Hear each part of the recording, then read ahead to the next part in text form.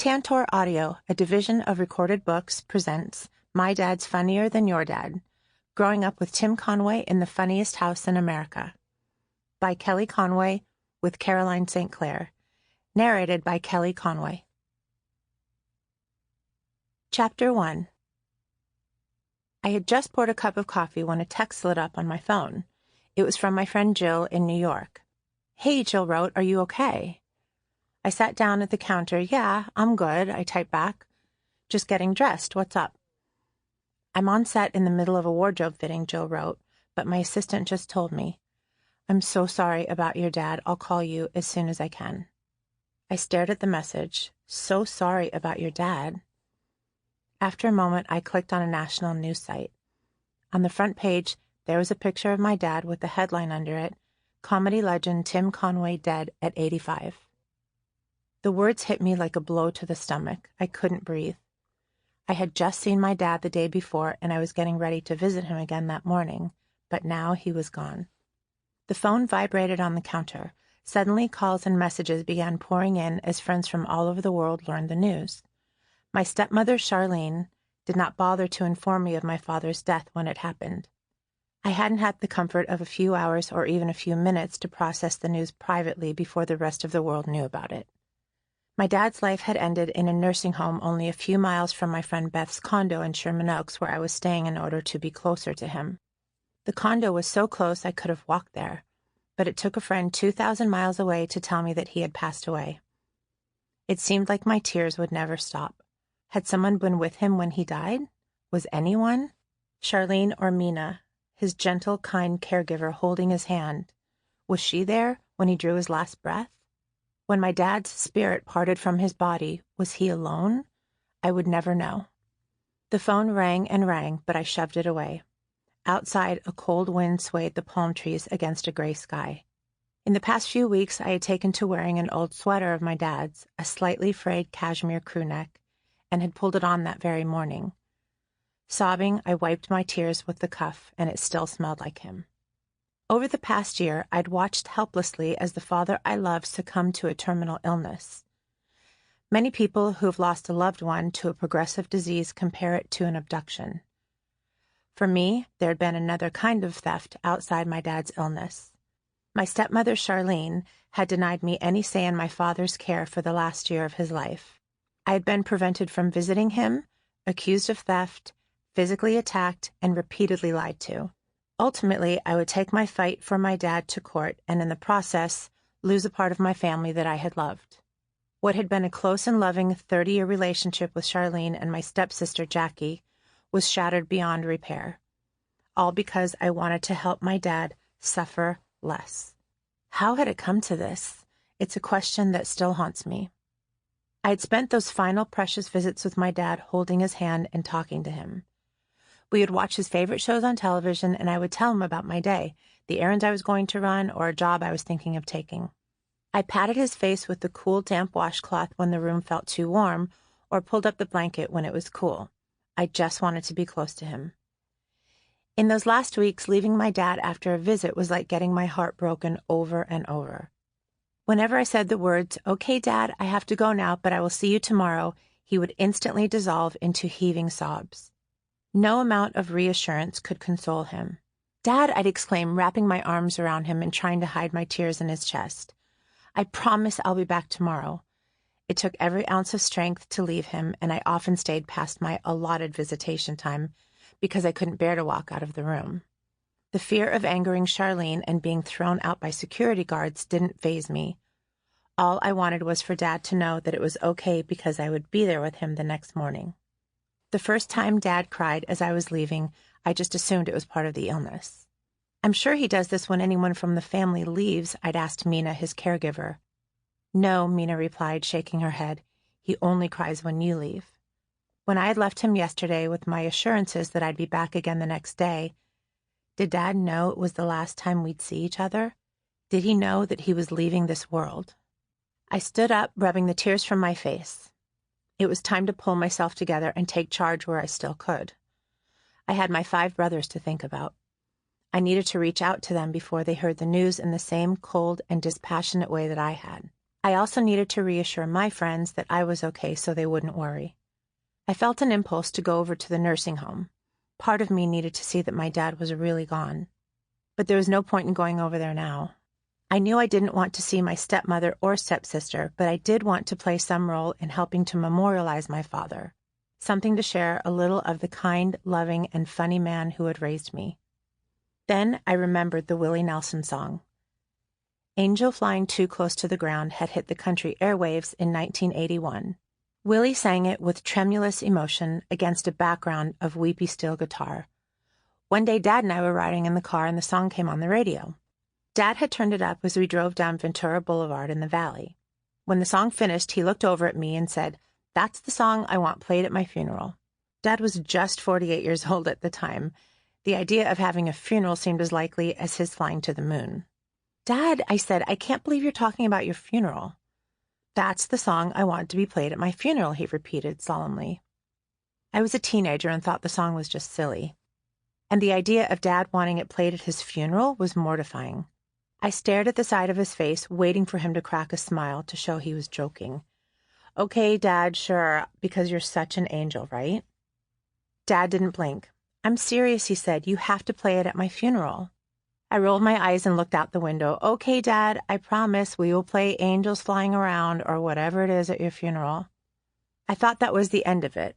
Just one of Dad's many jokes that came with the territory of being his kid. But later I realized that he was serious. "Here's my song," he'd say whenever it came on the radio, which was a lot that year. "Remember, when I go, this is the song I want to be played at my funeral." I picked up my phone, not knowing who to call first. Plans for my dad's memorial were probably already in motion, and I had to let Charlene and Jackie know immediately about the song. I promised Dad so many years ago, and I would make it happen. It was so perfect.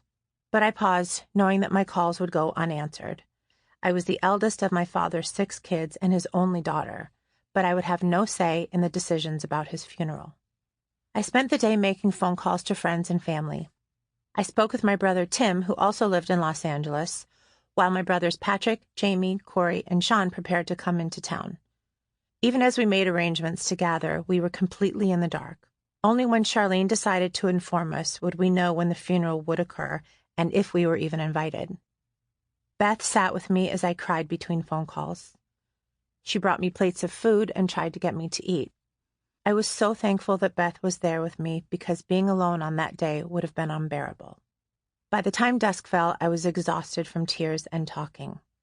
I went into my room and crawled under the covers, still wearing Dad's sweater. Without the distraction of phone calls, I had no choice but to face the deep, dark hole that Dad's passing had opened within me. A kaleidoscope of memories flashed in my head. There was Dad in the pool at our house in Encino, tan and strong with me riding on his shoulders as we chased my younger brothers down through the water. Dad, spending his only day off creating a movie theater for us and the neighborhood kids at our house, complete with real ticket stubs and popcorn in bags. My sweet Daddy who always knew where I was and what I was doing, my best pal in the world. I sat up and felt around for my phone. After a quick search, I found the song Angel Flying Too Close to the Ground and pushed play. Putting in my earbuds, I lay back against the pillow as Willie's mournful voice filled my ears.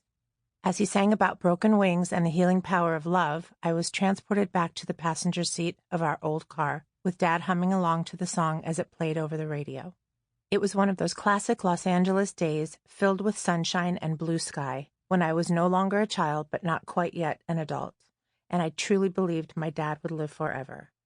When the last bars of the song faded away, I pulled out the earbuds.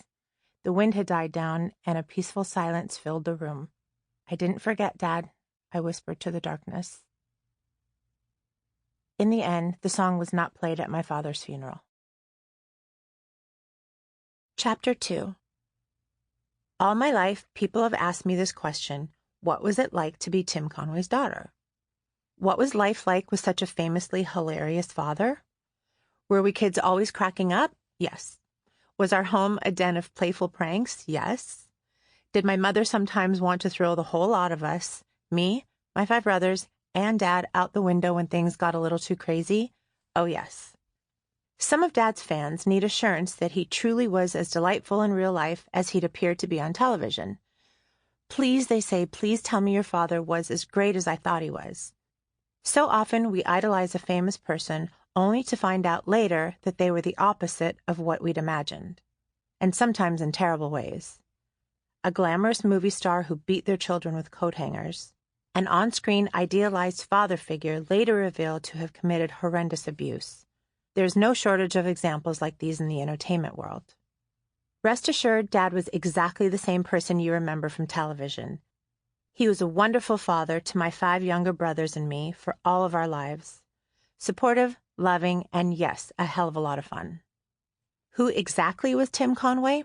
Well, if you're a certain age, you may know him from the many characters he played over his decades-long career. He might have cracked you up as Mr. Tudball on the Carol Burnett Show, or the lovable but not so bright Ensign Parker on McHale's Navy. Maybe as a kid, on a Saturday outing to the movies, you saw him in the Apple Dumpling Gang with Don Knotts. Or perhaps you were one of the millions of fans who couldn't get enough of Dad's salty, short-statured golf pro, Dorf. Whatever character he played, Tim Conway possessed a sharp, comic wit warmed by a sincerity that made him something rare in the world of celebrity, a relatable and likable human being. That is something his many friends and fans already know. I still hear from many of them today, delighting in sharing their stories of how much Dad meant to them. And because my career has brought me into Hollywood circles, I have met actors and comedians, many of them who are very famous, whose faces light up when they learn who my dad is. He's been such an inspiration to me, they exclaim, naming their favorite sketch or character. The Tim Conway known to the world was also a father who adored his 6 children and always made time in his busy schedule to be with them. The dad who played ringmaster to a backyard circus of unruly little heathens. A man who dreamed up a riot of pranks, fun, and laughter for his kids' benefit. Dad believed that anything you could imagine should be put to the test, regardless of how absurd it seemed. The trappings of celebrity never distracted him from the responsibilities of being a father. Even after a long day at the studio, he always had time for a wrestling match of 6 against 1. While Dad was busy being the biggest wolf pup in the Conway pack, Mom was the watchful and steady presence who always made sure to count heads in the pool and step in when somebody was at the risk of drowning. She was also a complex, highly intelligent woman, often quick to explode under the burden of managing 6 kids. We all knew it was best not to push Mom too far, although it happened frequently. Her style of parenting was as different from Dad's as night and day. I think having these 2 very different people as parents is what made the chemistry of our family so special. We kids delighted in Dad's spontaneity, coupled with the pragmatic, disciplined touchstone of Mom. As a family, we had our challenges, but it was a magical childhood set against the backdrop of the Valley and the brightly lit studios of CBS.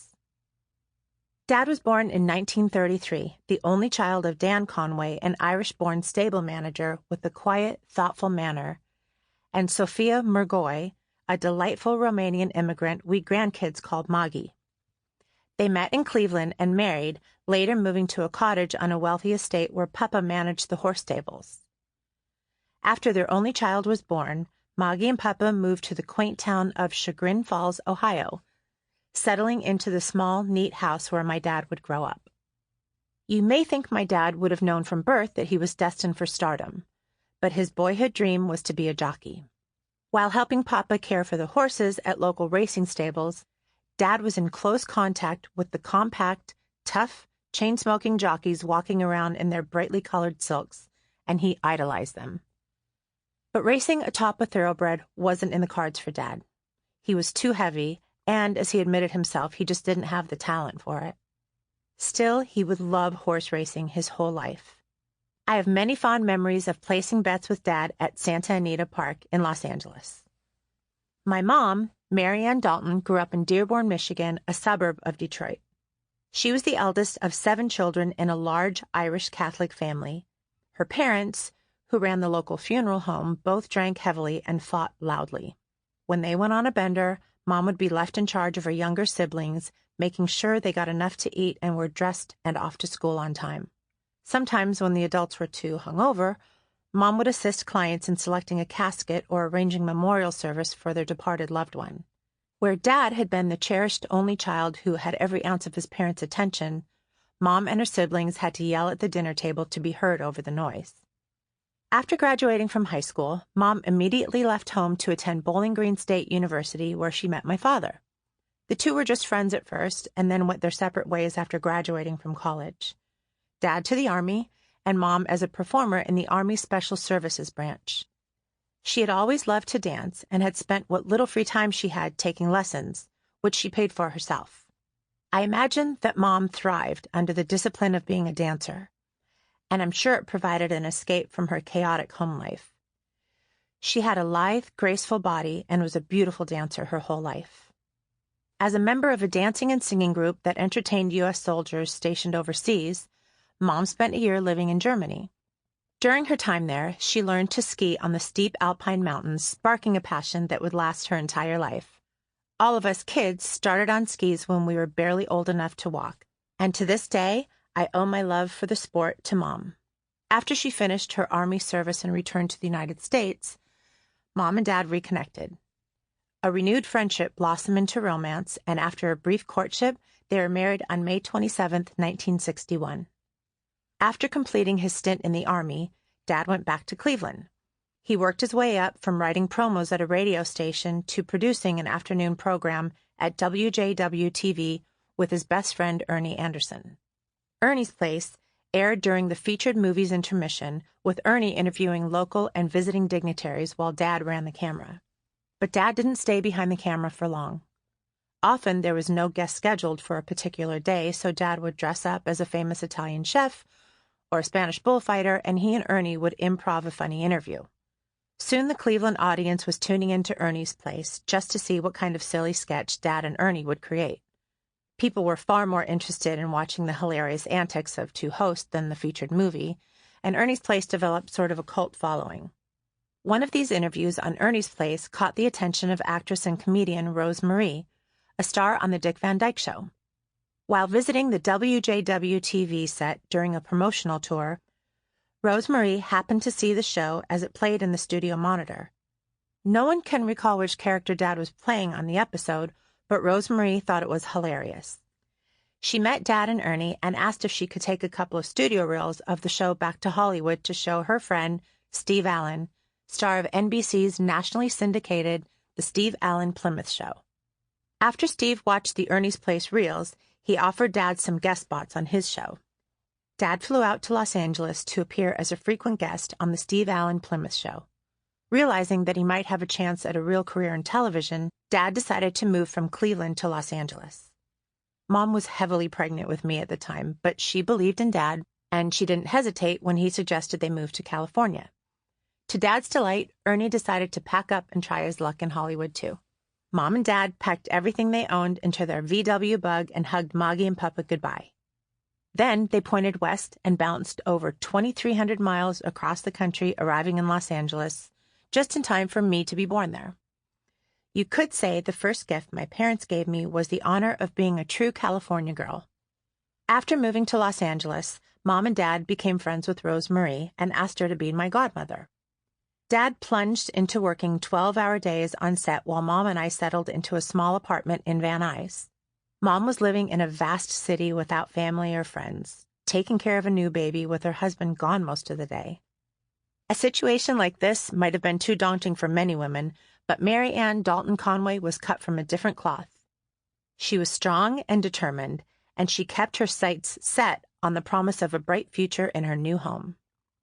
Although it was on the outskirts of the more intimidating city center of Hollywood, Van Nuys was a far cry from the placid Cleveland suburbs. Having a baby brought out a new side to Dad. He became an ardent protector of his small family. He worried about leaving Mom and me alone all day while he was working. He reminded her to lock the doors when he left and never open them to anyone she didn't know. Dad probably would have loved for the two of us to stay inside all day, but Mary Ann wasn't going to stand for that, and he knew it. Occasionally, Dad would have to go out of town for work. He didn't want Mom and me staying alone in the apartment, so he would get us a room at the Sportsman's Lodge in Studio City. Although it was not a glamorous place, the hotel's lounge had been a popular watering hole for Hollywood stars for decades. with Clark Gable, Betty Davis, and John Wayne among the many celebrities who once gathered at the Hunting Lodge-themed bar for drinks and gossip. Even when Dad was home, he worried someone might break into our apartment at night when we were asleep. Always the inventor, he had an idea. Figuring that the intruder would most likely try to enter through the set of sliding doors in the living room, he decided to fabricate a homemade alarm system. He took a brick and held it in place with a small block of wood on top of one side of the door frame. Then he ran a length of rope over the door frame and down the other side. He tied one end of the rope to the door handle and the other end to the wood block. On the floor under the brick, Dad placed a metal bucket. If someone had opened the door during the night, the rope would pull the wood block away and release the brick, sending it crashing down into the bucket. Bang! The noise would wake my parents so they could scare off the intruder. Dad was careful to set the alarm every night before bed. One night, my parents were jolted from their sleep by a loud bang from the living room. They lay still, holding their breath, listening for the sound of footsteps, but there was only silence. "Tim," Mom finally whispered, "go see what's happening." But Dad was paralyzed with fear. He might have been clever enough to create the alarm, but damned if he would respond. Finally, Mom threw off the covers and tiptoed out to investigate. She returned shortly and climbed back into bed. The small block of wood keeping the brick on the narrow wood frame had fallen away on its own, sending the brick crashing down. It was a false alarm. For a few minutes, my parents lay there in silence. Then, "Did you remember to set the alarm back?" Dad asked. "God almighty," Mom groaned. "Just go back to sleep." That story pretty much sums up the parenting styles of my mother and father. The differences became more extreme once my 5 brothers were born. Where Dad looked at every day as an opportunity for fun, Mom made sure our rangy gang stayed in some semblance of order along the way. It must not have been easy to manage all of us, and she often had to resort to screaming and cursing in order to be heard, sometimes the only way to get our attention. Even as a young girl, I was just as wild as my brothers, and I could be even tougher. I never stood down to any of them, even if it took a tumble in the grass with fists flying to accomplish it.